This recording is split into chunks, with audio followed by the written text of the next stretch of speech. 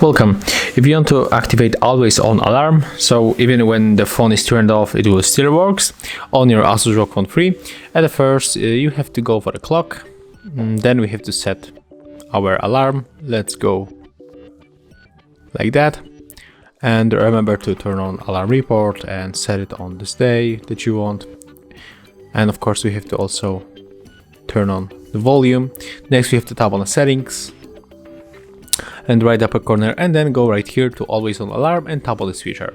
So right now we are going to turn off our smartphone and let's take a look if it will work. So click, then tap to power off.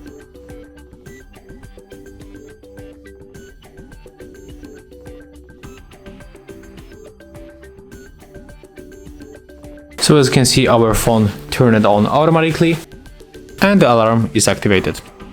So as you can see, the always on alarm works on the ASUS ROG Phone 3. Thank you guys for watching, leave thumbs ups, comments and subscribe to our channel. See ya!